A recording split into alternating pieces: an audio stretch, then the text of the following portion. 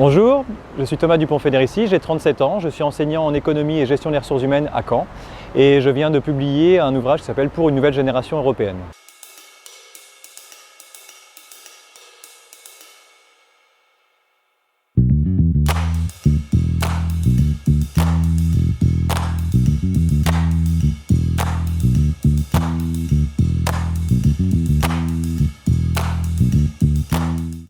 Alors on voit que dans toute l'Europe, les nationalismes montent partout, parce qu'on l'a vu avec le Brexit, on l'a vu en Italie, mais c'est le cas dans de nombreux pays.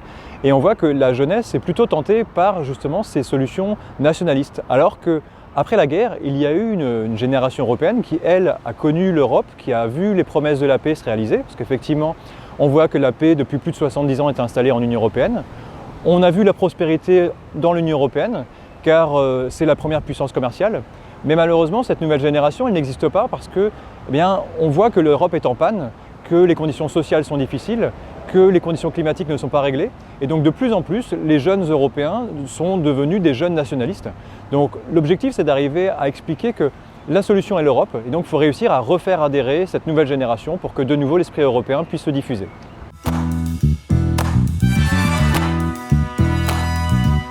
Pour refaire une adhésion à l'Europe, il faut déjà s'intéresser aux failles de l'Union européenne. Actuellement, on est arrivé à la moitié du gué, c'est-à-dire qu'on a fait l'aspect économique, comme l'ont voulu les pères fondateurs, mais l'aspect politique ne s'est pas concrétisé. Donc il faut que maintenant on arrive à construire une Europe politique qui puisse créer des droits pour les citoyens européens. Des droits individuels, on le voit bien dans la difficulté sociale, c'est que les revenus ont tendance à stagner, voire à diminuer pour une partie de la population. Donc il faut réussir à pouvoir y répondre. L'idée d'un revenu universel européen est par exemple une des solutions envisagées. Des droits individuels, mais aussi des droits collectifs, notamment sur la question climatique. On voit bien que l'Union européenne a un discours volontariste, mais pour l'instant, ça ne reste qu'un discours parce qu'elle n'est pas dotée d'un budget conséquent pour pouvoir agir et intervenir et impulser cette dynamique. Donc il faut qu'on puisse réussir à concrétiser cette Europe-là.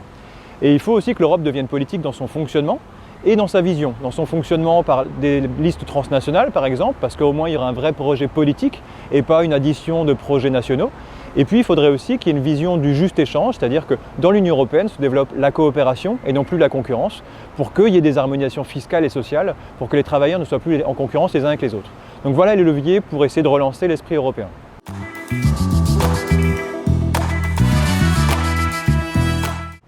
J'espère que le lecteur va reprendre un petit peu d'optimisme, qu'il va pouvoir revoir l'Union européenne avec un œil enthousiaste.